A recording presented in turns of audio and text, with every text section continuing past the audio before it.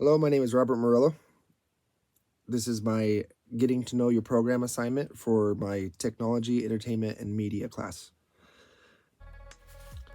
My house is very full, so I'm in my closet uh, because this is not only the quietest room in the house, but also probably has the best audio quality. So, I've always wanted to be a game developer. I chose programming because it seems to be the most difficult aspect of the development process, and so the one that would be the most difficult for me to learn on my own. In fact, I spent some time trying to teach myself how to do game development, including I spent a winter learning how to use the Unreal Engine editor and the blueprinting and stuff like that, and it was way too difficult to try and learn on my own. As far as like time goes, I figured if I went to college, I might be able to shed who knows how many years off of self teaching. I mean, because I'm starting in my 30s instead of in my teens when I should have. Fernando de la Cruz is the current program director of the game development Bachelor of Science degree at Full Sail University. He has been the director there since June of 2019. Software and programming skills that I will be learning throughout my degree. I know that I'll be using C# and C++. C# is the coding language that the Unity engine is written in. As far as the game development program goes, I don't think that we'll be utilizing exterior engines like that, like the Unreal Engine editor or Unity. Instead, we'll be learning to build our own engine from the ground up. I don't know right now whether or not it will be primarily C# or C++, but I have been told that I'll be pretty fluent in both languages. And as far as coding languages go, they all commingle to some degree. They're all utilizing similar functions. They're just doing it in different ways. So I will also have to be efficient at multiple types of math, as much of game programming is mathematic in nature. I honestly have no idea which of my classes sounds the hardest. I have never been very good at math, and when I tried to teach myself to code games, I struggled, like I said earlier. I am determined to use this opportunity to learn from the best at Full Sail. Each class that pertains to math or programming, which they all do, look more and more daunting, but I have been spending almost all of my free time doing math to catch up and improve my skills. The classes that looked relatively easy were creative presentation, psychology of play, and English composition. I've already completed all three of these, English being a transfer credit, and they were all pretty much as easy as I had anticipated. Mostly I would consider these to be soft skills. Soft skills can often be self-taught with relative ease in today's information age. Although that being said, these classes were all very useful, so I'm glad that I took them. To prepare myself for the difficult classes to come, I have been doing math in my free time. December, January, and February, I spent on average around 15 hours a week just cramming on math, just on my own. And doing so actually helped a lot.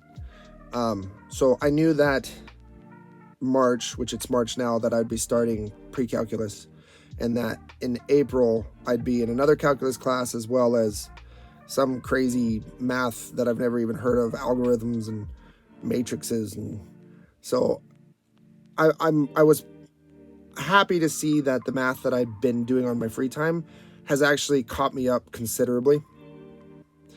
But I know that for March and April, I have two classes in both these months, which is a huge workload. So in May, when I go back to one class, my free time will open back up and I'll continue to self-teach. And pretty much any month that I only have one class, I'll just treat it like I have two classes.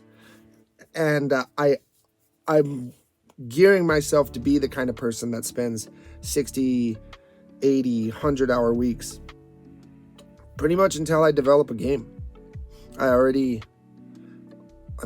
a contractor, last year I worked 110-hour week just painting houses with my own customers and my own schedule that I had made. And I figured if I can work 110 hours driving all over North Idaho painting houses.